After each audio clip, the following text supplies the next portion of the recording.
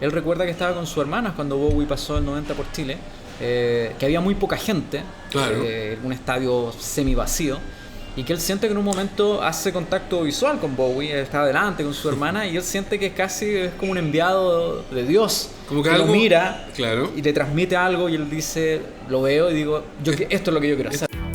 Es mi lugar, llego sin disfraz. Bienvenidos a un nuevo episodio de Sin Disfraz, tu programa de entrevistas favorito.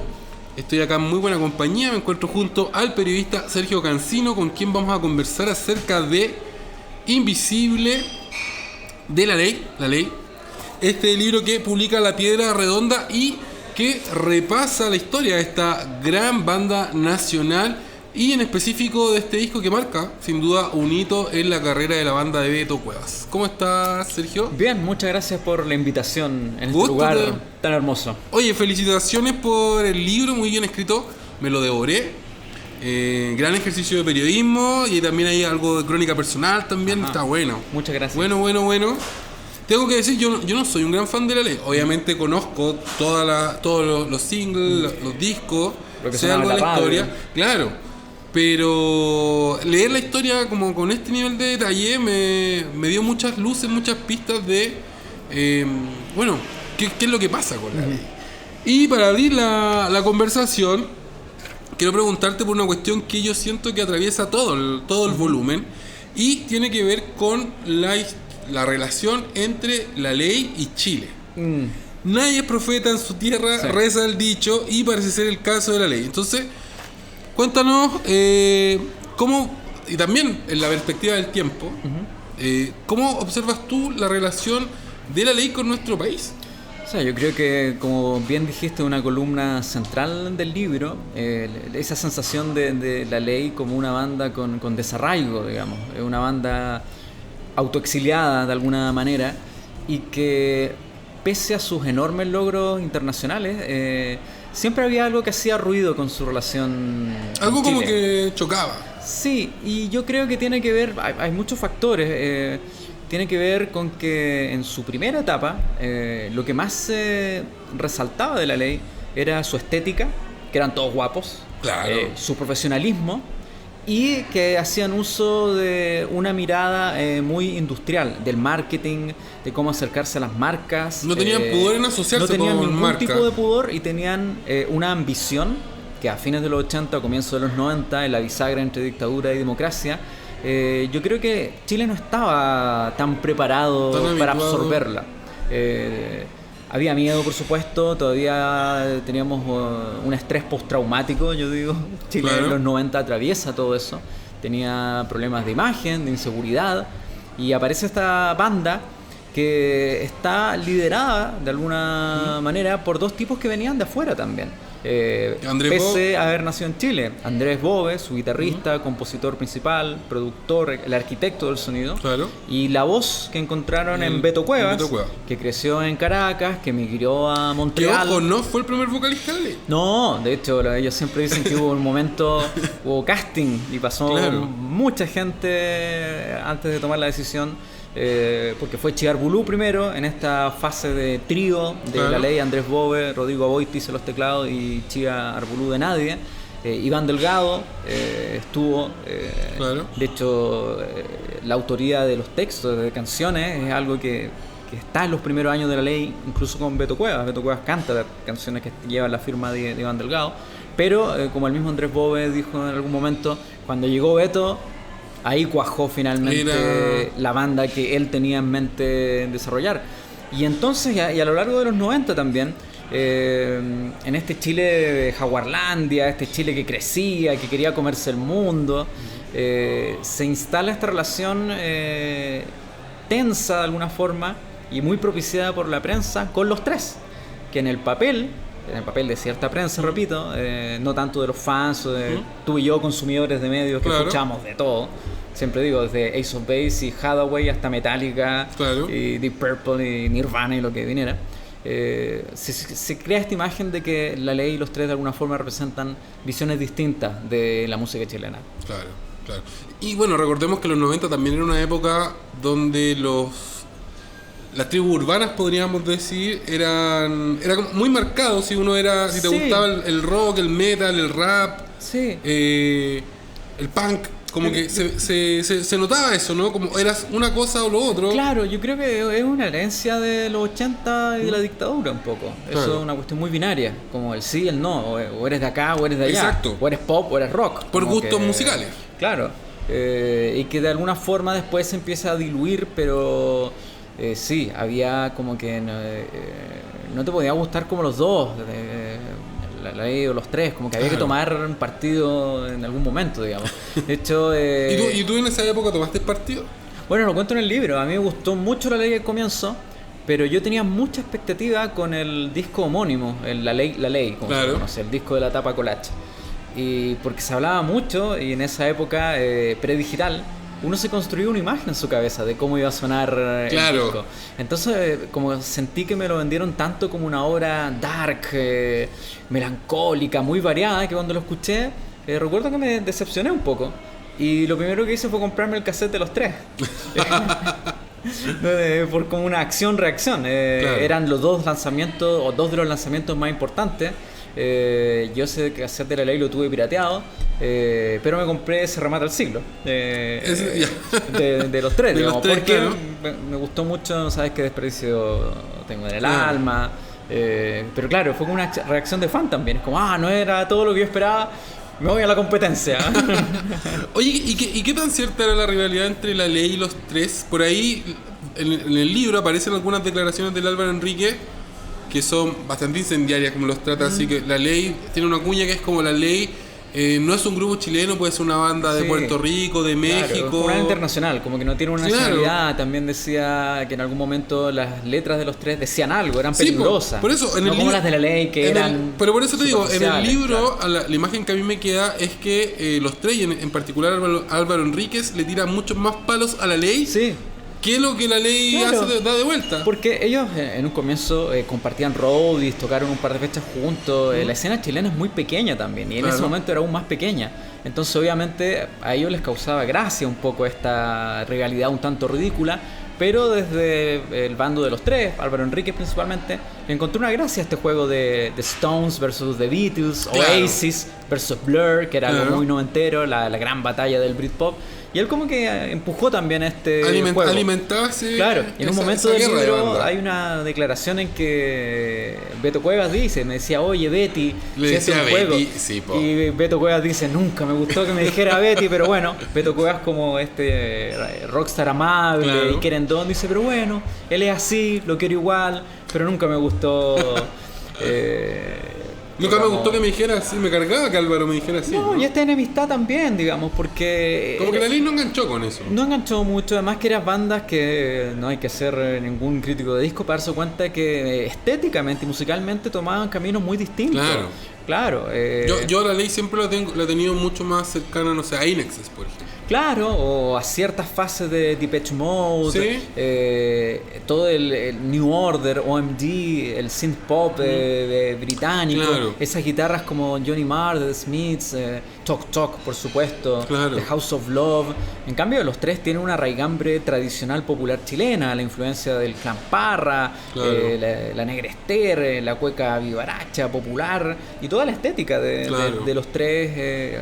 Iba en relación, y bueno, como este lugar que nos acoge también. Exacto, Hay como- una como ligazón Liguria, en sí. Liguria, los tres, digamos, que es muy noventera y comienzo de los 2000. Claro, que se puede, a propósito de la entrevista que salió hace poco de Beirano, ¿no? Que, Claro.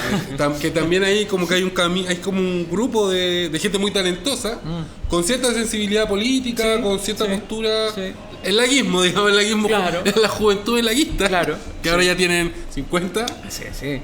Pero es increíble cómo es marcado ese nicho de esa generación que es la generación de los 90. Claro, y tienes que ver también que la industria discográfica era otra. Todavía están los sellos multinacionales invirtiendo con mucha fuerza Claro. en Chile. MTV tenía un monopolio. Bueno, también estaba Vía X, pero de los videos, un estreno de un video era un hito.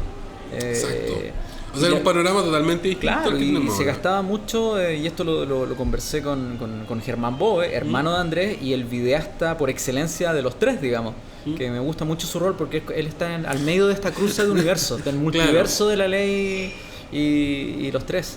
Y decía, claro, que habían otros presupuestos, que había ambición, que Había un presupuesto. Bueno, quizás ahora con el auge del género urbano, claro, volvemos a tener. claro, pero yo siempre he creído que todo este ecosistema digital obedece a otras reglas, a otro tipo de métricas. Claro, y un video te dura una semana y ya dejó Todo de es mucho ser. más instantáneo, Claro. está pensado para los celulares.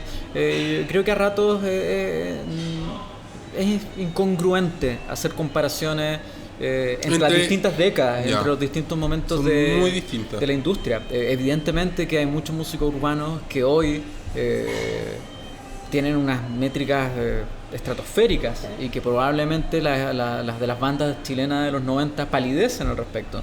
Pero el impacto cultural que hubo en ese momento, la trascendencia, Claro. es muy distinta.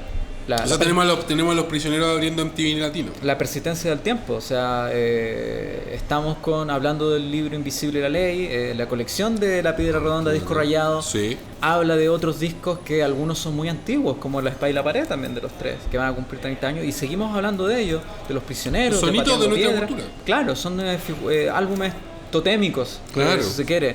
El fuego del paso de los años ya pasó por ahí. Claro. Y ciertamente si uno hace se hace el sedazo de los 90 y Sí. 10 discos que no sé, Sí. pues está el de Tiro de Gracia, el de Maquisa, Bueno, los de los tres, La Peces, Ley, Lucibel. Peces, Lucibel. Hablando de la contingencia Claro, de la está el de Nicole Nicole también por ahí. El 94, Esperando Nada. Claro. Y hay algo que lo dice uno de los entrevistados, que es Oscar Sayavedra, que era un alto ejecutivo de BMG en ese momento, que decía en los 80 tú ponías a una banda argentina y una chilena, no había por dónde empezar la discusión. Claro. Soda Stereo le da una paliza incluso a las mejores bandas que había saliendo de Chile. La Ley cambia ese paradigma. El Claro, disco igual de Invisible, igual, sí. con coproducción de Humberto Gatica, grabado en Los Ángeles, Claro. con mucho presupuesto. Él dice, por primera vez, tú paras a Soda Stereo, a Sueño Stereo, al lado de Invisible de la Ley, y están igual, en una y- misma línea. ¿Cómo se sentía La Ley con ese rótulo? Porque en algún momento también circuló la idea de que La Ley eran los sodas chilenos. Yo creo que son grupos distintos, básicamente porque Soda es una banda más vieja. Su construcción de la sodamanía y todas esas grandes canciones populares es el Soda Stereo de los 80, digamos. El Soda Stereo de Dínamo, de Sueño Stereo, de la última etapa que es más experimental, que se parece quizás un poco más a La Ley, es otra fase ya de Soda Stereo. Beto Cuevas también en una entrevista que yo cito en el libro dice, yo crecí en Canadá, o sea, yo no escuchaba lo Mi que referente pasaba, no era Soda no Stereo. eran Ahí estos quería referentes, llegar. claro, mis referentes eran Elvis Presley, como el rockabilly, Claro. las bandas británicas, Duran Duran, la música inglesa y francesa, o sea, Nada que ver con el rock claro, latino, con pese la a que movida él dice argentina. que Canción Animal es un momento de Soda Stereo que él recuerda muy bien, digamos, y Ya. que obviamente es un disco que él quiere mucho, pero Violator de Depeche Mode, por ejemplo, es un álbum que para Beto Cuevas es muy clave a la ¿Sí? hora también de... Ya que estamos hablando de Beto Cuevas y de sus influencias, hay una anécdota que tú cuentas en el libro, de la que yo no tenía idea, que quiero que compartas con nosotros, y es Beto Cuevas viendo a David Bowie en Chile. Ah, sí. Y es muy interesante la anécdota porque entiendo que David Bowie en algún momento como que se acerca a Beto Cuevas. O sea, Cuéntanos qué es lo que pasa. Lo que pasa, eso lo narra Beto Cuevas en un libro que se llama El arte de ser Beto Cuevas, que tuvo una edición muy pequeña de la Universidad de Guadalajara, que es un libro de entrevistas con Javier Andrade. Una edición de lujo. Claro, una edición de carísima. lujo, muy carísima, que no circuló por acá, en que él recuerda que si bien él había visto a David Bowie en Montreal cuando pasó el Glass Spider Tour, un tour muy excesivo de los 80, él recuerda que estaba con sus hermanas cuando Bowie pasó el 90 por Chile, que había muy poca gente, Claro. un estadio semi vacío, y que él siente que en un momento hace contacto visual con Bowie, él está adelante con su hermana, y él siente que casi es como un enviado de Dios, Como que lo algo- mira Claro. y le transmite algo, y él dice, lo veo y digo, esto es lo que yo quiero hacer. Esto es lo que quiero hacer. Esto es lo que quiero hacer, esta es mi vida. Porque recordemos que Beto Cuevas viene del diseño. Viene el diseño, claro. Él es diseñador de profesión. Claro, gran parte de la propuesta gráfica de la ley, Y de los pasó primeros por sus videos manos. también, entiendo. Claro, él siempre estuvo muy atento a eso. De hecho, este libro, El arte de ser Beto Cuevas, es un juego de palabras porque tiene Claro. pinturas, dibujos, gráficas. Y claro, Hubo ese momento en que Beto Cuevas fue la fan de epifanía. David Fue Bowie, la claro. epifanía. O sea, yo creo que toda buena historia de banda, y tú has entrevistado a varios autores de libros sobre música, Sí. el momento epifánico siempre es un favorito en el que dicen, este es mi destino, esto es lo que quiero hacer. Esto es lo que quiero hacer, pero claro, ver a David Bowie Claro. creo que en el Estadio Chile. No, en el Estadio Nacional. En el Nacional, con pero poca gente. 15.000 personas. O sea, Claro. Vacío, básicamente. Vacío. Sí, Y ahí tener la epifanía. claro. Sí, es uno de los momentos interesantes de Invisible. Vamos ahora a otro de los hitos de la ley, que es, la tragedia. Sí. Es una banda que está cruzada, su historia está cruzada por una tragedia que es el repentino fallecimiento de Andrés Bowie Claro.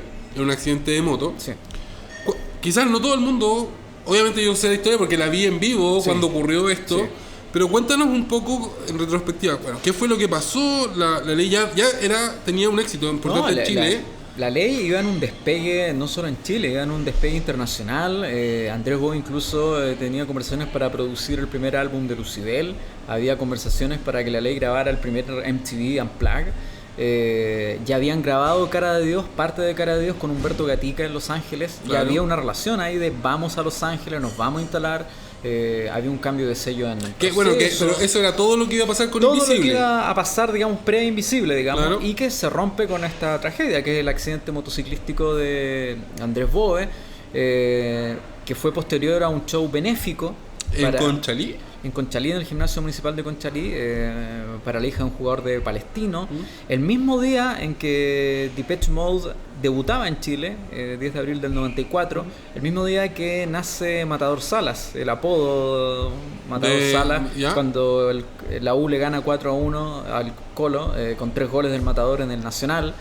Y todo eso convergió como en ese punto, o sea, hubo un clásico, tocaba Todo ocurrió una el mismo banda, día, en el mismo lapso. una de las grandes influencias de la ley Depeche Mode, y está esta tragedia en medio.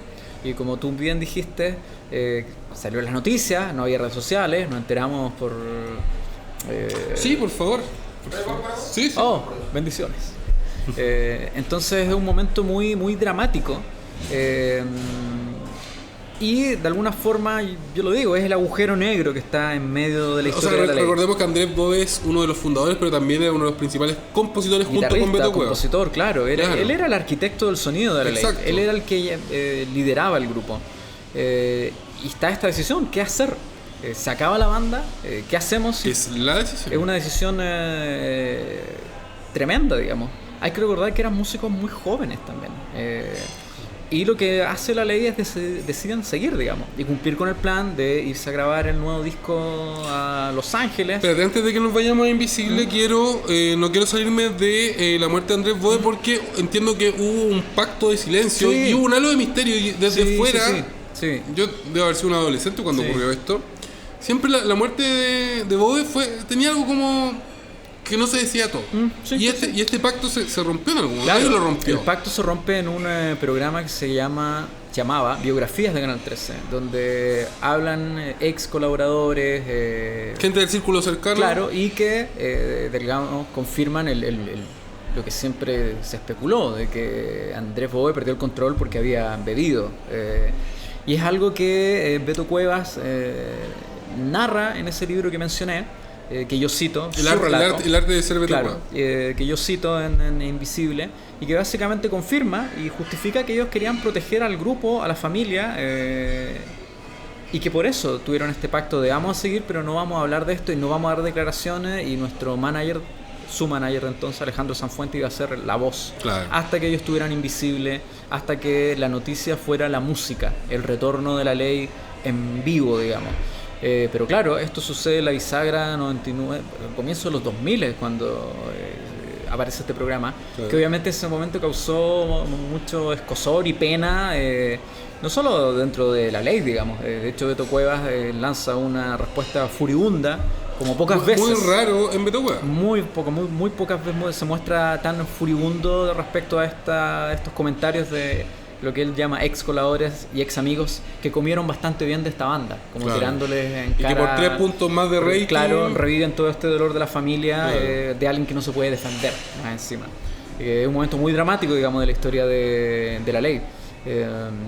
Entonces, claro, eso alimentó también una relación con la prensa también, porque la prensa... Pero espérate, que acá hay un dato que aparece en el libro que no es menor, que las últimas personas que vieron a Andrés Bove con vida fue el Beto Cuevas Claro. con su polola de esa época. Claro, o sea, con el resto... Estaban Claro. en una situación carrete. Claro, celebrando Post-concierto. el concierto benéfico, lo bien que estaba, los planes que se venían, digamos, que Pero había... ellos le escondieron la llave, le escondieron el casco. Eso es lo que cuenta Beto Cuevas. Claro, trataron, pero no se pudo. Claro. O sea, y él siempre dice que, porque lo he dicho en varias entrevistas, yo debería haberle pegado quizás. Pero no sabía pelear.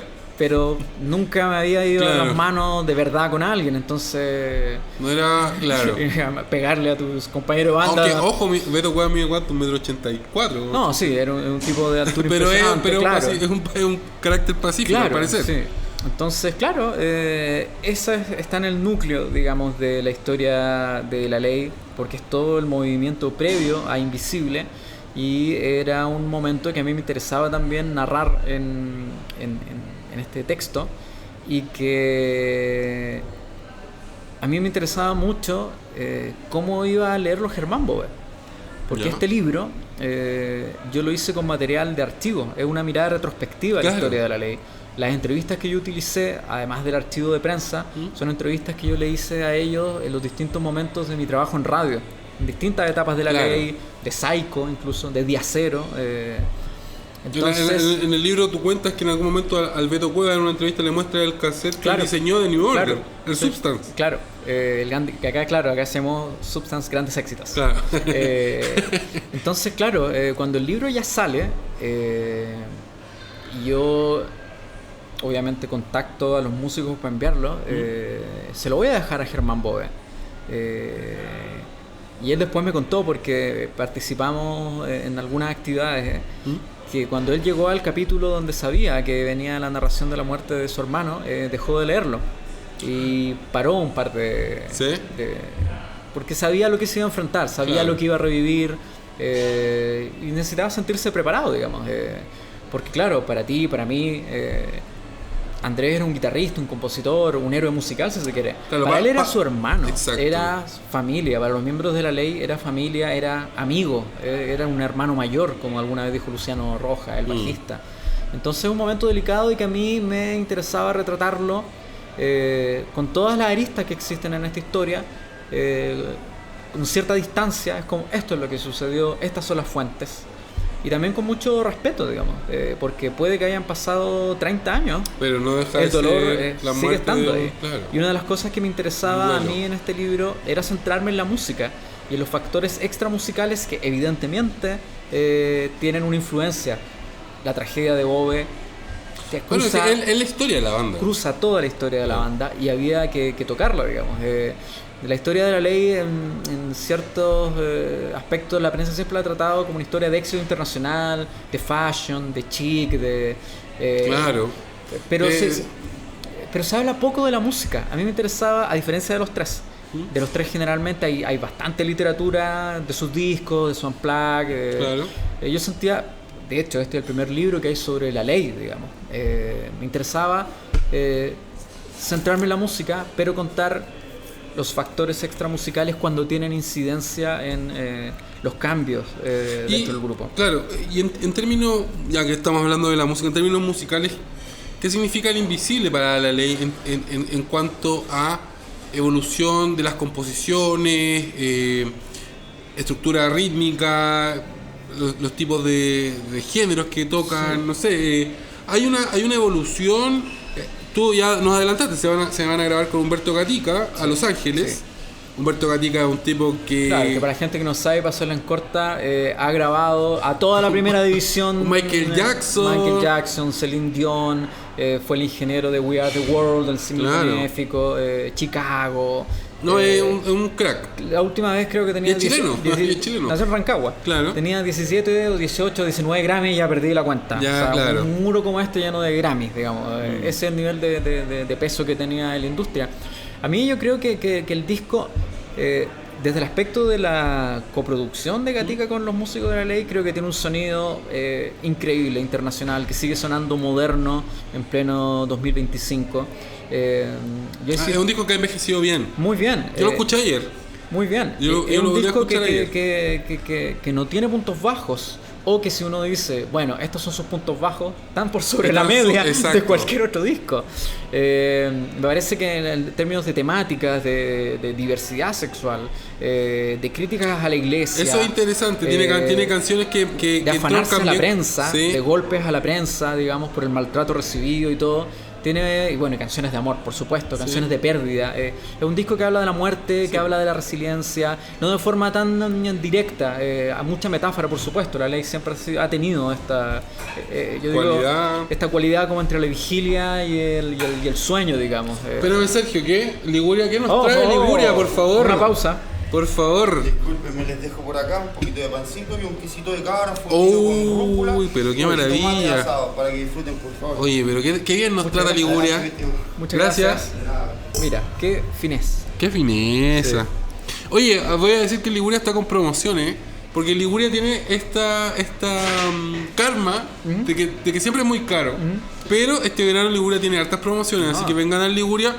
Acabo de ver que los chops están a 3.500. Así que está bueno. Vengan a Liguria. Además que tratan súper bien a Cindy Bueno, Fras. Siempre nos haremos un agasajan. brindis por Cindy Fras sí, y por la ley, por los dueños de tu casa. libre. Sí, y por la ley, obviamente. Y por este maravilloso quesito de cabra fundido que nos acaban de traer. Otra cosa que tiene este disco de La Ley es el nivel de los singles que tiene. O sea, está El Duelo, está Día Cero, está Cielo Market, está Hombre, 1800 Dual, que fue el último. Yo creo que ahí es un disco que tiene un nivel consistente, donde tenemos recordemos, ya lo dijimos, pero una banda que venía recuperándose de una tragedia. Venía de un duelo terrible. Un duelo terrible. Había perdido a su Rápidamente. principal motor creativo. Sí, o sea, recordemos que Andrés Boe fallece en abril del 94, este disco sale en el 95. Claro. Muy rápido, muy rápido. Un disco que contó con todo el apoyo de Warner Music México, porque lo ficharon en esa filial. Claro. La Ley toma la decisión también de trasladarse al norte, que fue una decisión que una parte de la fanaticada nunca les perdonó. De hecho, yo cito ahí... Irse a México. Claro, dicen, pero si son chilenos, ¿por qué se van? Claro. Y uno puede creer que Es raro porque Jorge González hizo lo mismo. Pero sí, también se lo fue a Nueva criticaron York mucho. y lo criticaron mucho. Y uno puede creer que era algo muy noventero, pero pensemos en Mon Laferte también, que también ha sido criticada, digamos, por... Pero el caso de Mon Laferte yo creo que es como más, no sé, como la hija pródiga, ¿no? Porque ella tuvo Claro, esta como sí, precarrera sí, en Chile, Sí. donde ella no ganó rojo. No. Como que la maltrataban los jurados, Sí, como... Y de repente vuelve. Oye, esto está...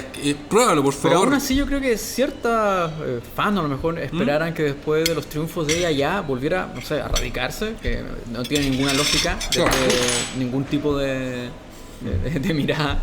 No, Se me enterró en el pie, estoy herido, auxilio. Acá está. Pero bueno, pero yo creo que Chile en general ha tenido con sus músicos esa relación a ratos un poco dual de amor y odio, de por qué se van. Le pasó a los Jaivas también. Que quizás es algo muy de nuestra idiosincrasia. Es de nuestra insularidad, yo creo.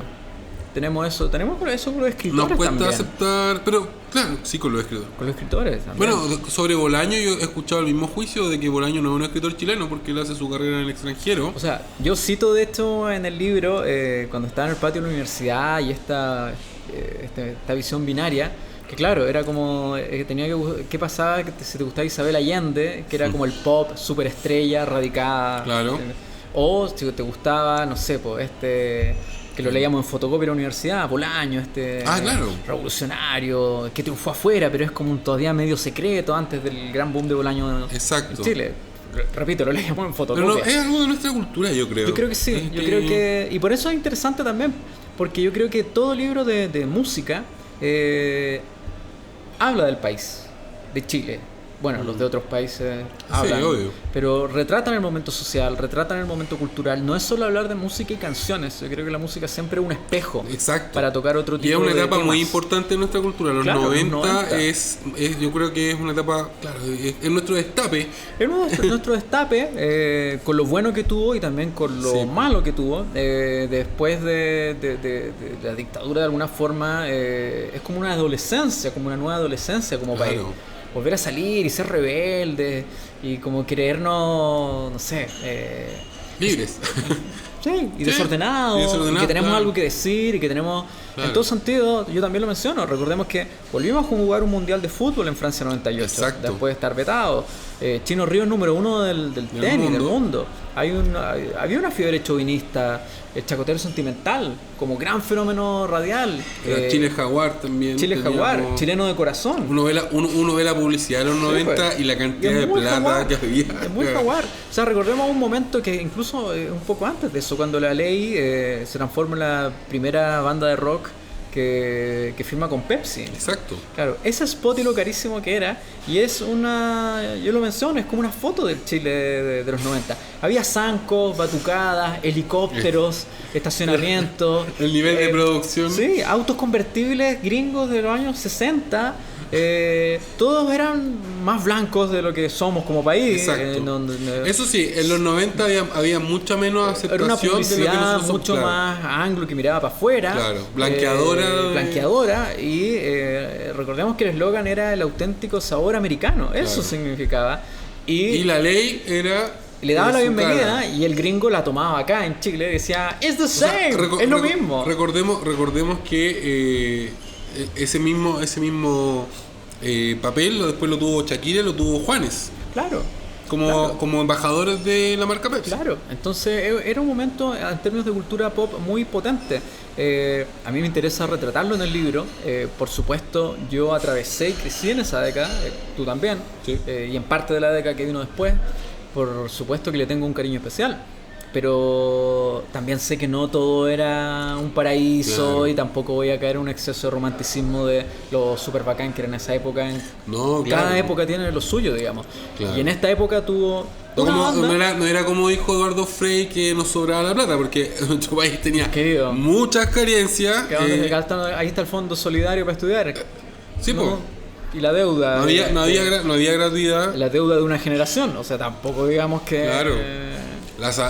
El sistema de salud que tenemos ahora respecto a lo que había en los 90, Sí. Sí. se ha avanzado mucho. Yo tenía la beca presidente de la República ¿Sí? cuando era presidente Frei. Muy buen alumno, muy buen alumno. Sí, pero era una beca muy chica, muy pequeña. O sea, era. No, y el estrés Todo de ir a servía, todo sí. servía, pero era muy simbólica. O sea, puede ser insultante una declaración hecha ahora, obviamente, decir que nos sobraba la plata. Bueno, eso fue lo que dijo Eduardo Frei. Claro, sí. Que ahí uno Después él ve- dice que fue en otro contexto, pero la declaración es fea en todo No sentido. sobraba la plata en los 90, sí el país está en un periodo de bonanza, que bueno, Sí. que también capotó con la crisis asiática, Claro, no nos sí. olvidemos de Sí, eso. No olvidemos de eso. No sí. nos olvidemos de eso. Sí. Ya, pero volvamos a Invisible a la Ley, porque aquí en el libro tú también cuentas algunas cuestiones muy sabrosas del proceso de grabación del disco. Y con Humberto Gatica, ¿no? Que tenemos este mega productor muy laureado, pero que le gustaba usar músicos de... Claro, y es muy natural.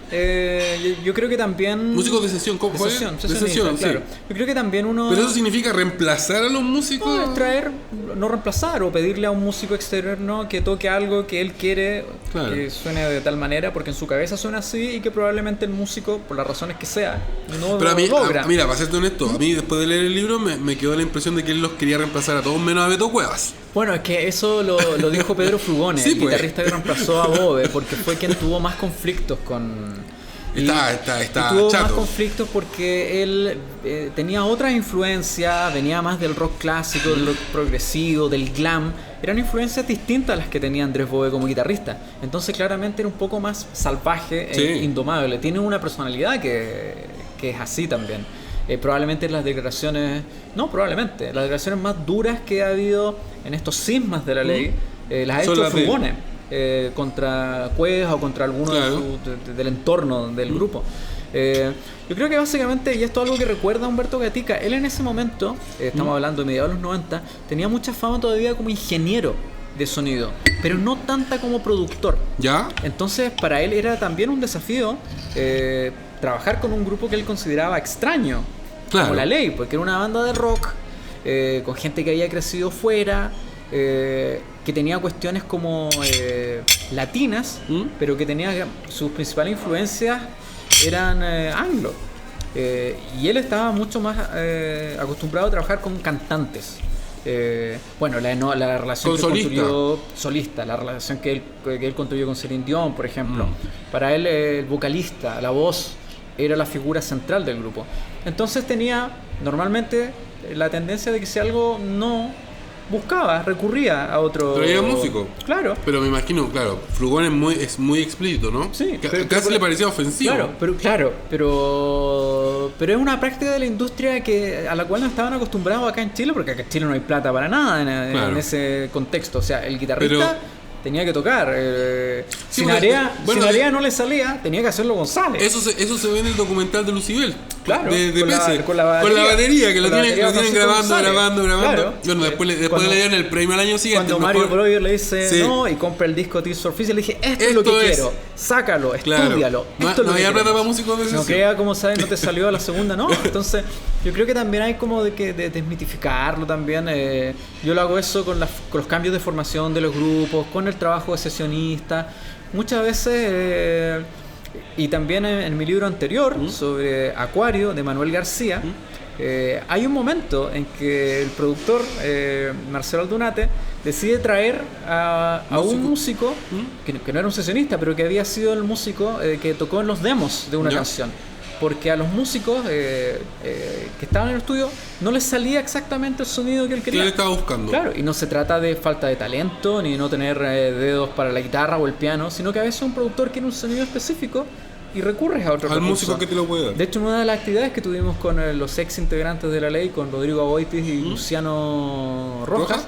Luciano Rojas dijo, mira, hay que agradecerle también, esto lo contó Rojas, no está A en el ver, libro, a ver. hay que agradecerle también a Humberto, porque en un par de situaciones puntuales, él pagó de su bolsillo a 2 sesionistas para lograr un par de cosas puntuales que no Que estaban están- resueltas.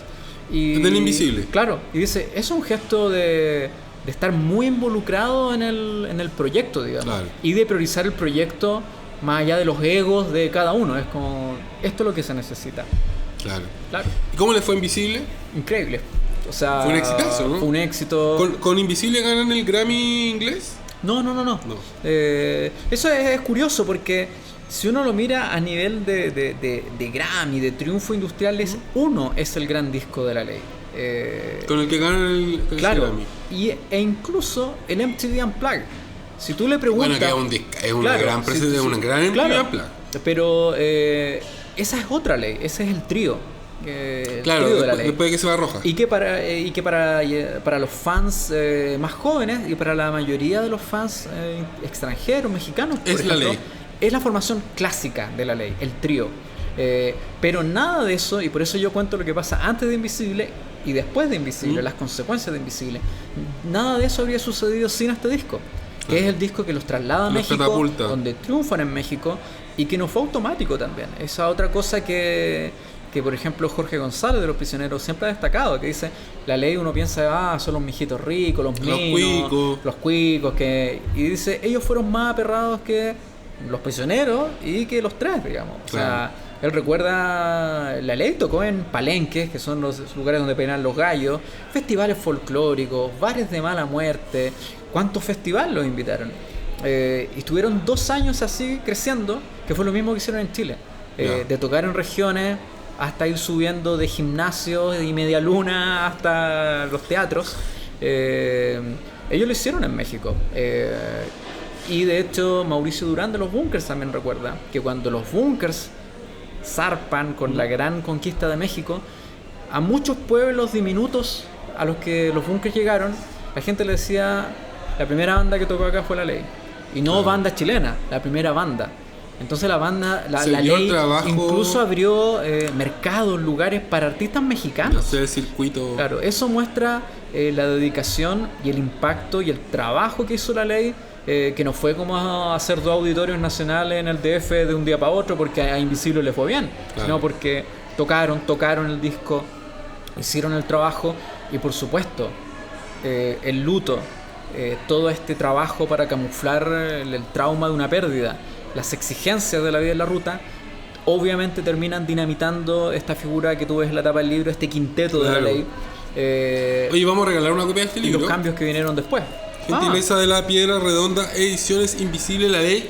Para Participen, ganar. después Sí, se enterarán participen. cómo Tienen participar. que. No, se van a enterar de inmediato. Tienen que dejar un comentario Ok. en el video en el canal de YouTube. No en el Instagram, en mi canal de YouTube, @cruzpalcielo, la entrevista a Sergio Cancino. Y van a estar participando por una copia de Invisible, la ley. Gentileza de la Piedra Redonda. Sergio, para ir cerrando, ¿cuáles crees tú que son las claves que posibilitan que la ley sea tan exitosa en el extranjero?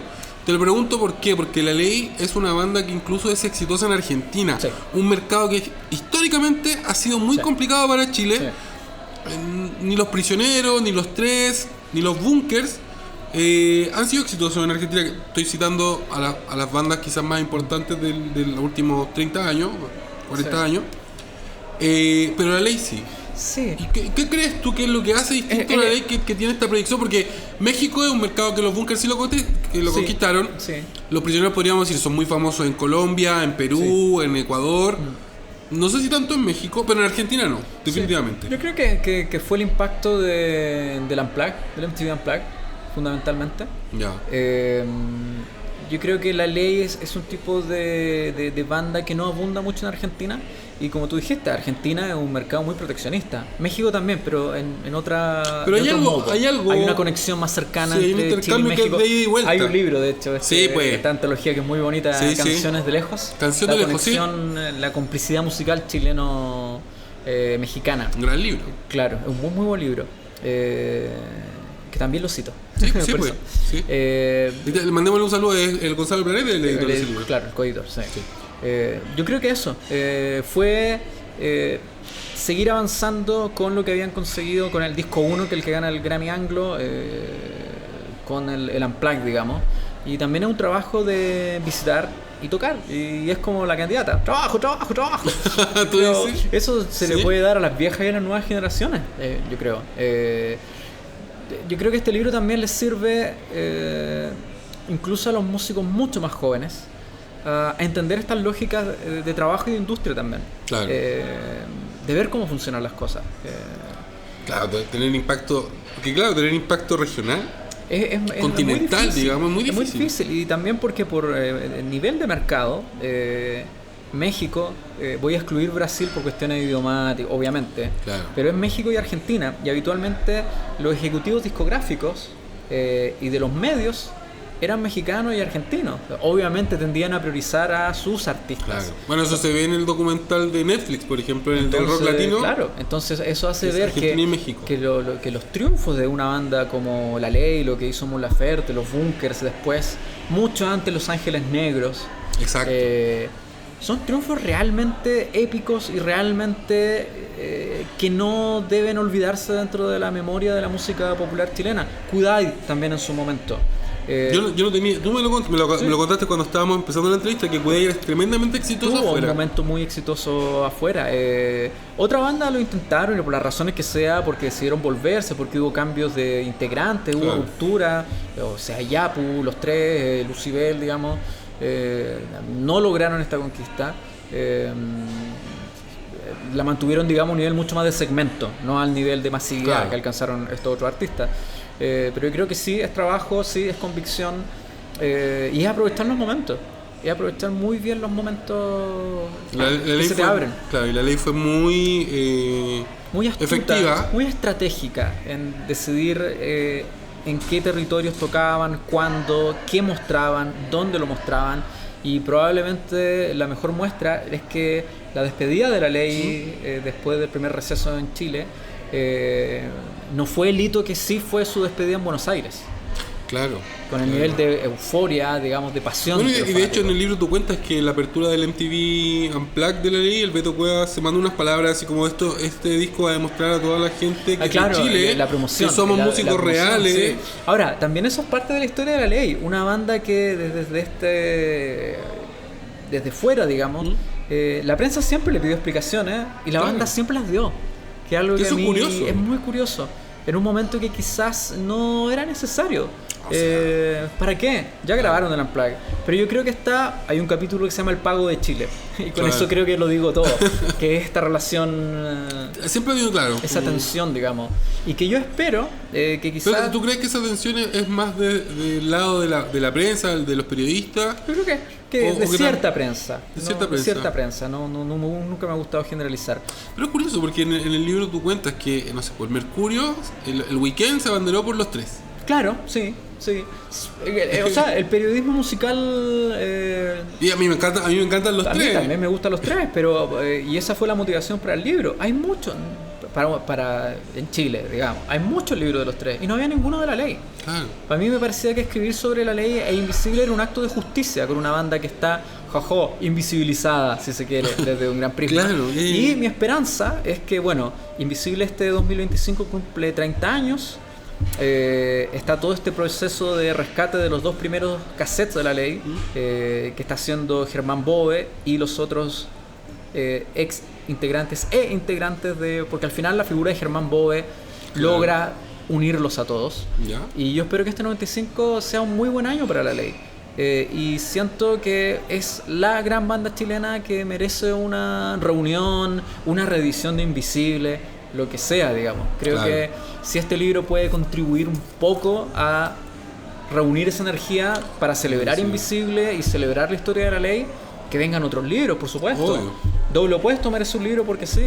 Claro. La sola historia de Andrés Bove merecería una biografía porque sí. Claro. Beto Cuevas dijo que finalmente, lo ha dicho muchos años, pero que ahora quiere escribir finalmente su historia. Va a ser un doble teatro municipal acústico ahora en marzo. Ya. Entonces van a pasar cosas interesantes con la ley este Se año. vienen cositas con la ley. Me gustaría, digamos, que al grueso de la población les sirva, digamos, para querer Para más reconocer- a sus sí. bandas. Sí, claro. Una banda tan importante como Para la volver a ley. escucharlas, Sí. para volver a abrazarlas. Es como, hay cosas de las cuales estar orgullosos. Sí. Y sin duda la ley es parte del cancionero Sí. de nuestro país, de parte del repertorio importante de los 90, que como bien dijimos es una década clave de la historia de la música chilena.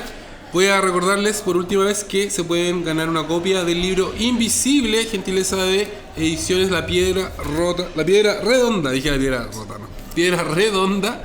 Déjenme un comentario en la entrevista en el canal de YouTube, Cruz para el Cielo, y van a estar participando. Sergio, muchas gracias por aceptar mi invitación. Te voy a dejar invitado para que hablemos de Acuario, porque Manuel García es otro sí, de los pues, que tenemos que hablar, es otro periodo, otra Otro época, periodo, así que sí, te voy a pues. dejar Así es que, desde ya vamos. invitado para Feliz. hablar de Acuario. Feliz. Ya pues, oye, nos damos la mano frente a cámara. Beso, abrazo, yo soy Luis Cruz, Cruz para el Cielo en las redes sociales y chao. Chao. Es mi lugar, llego sin disfraz.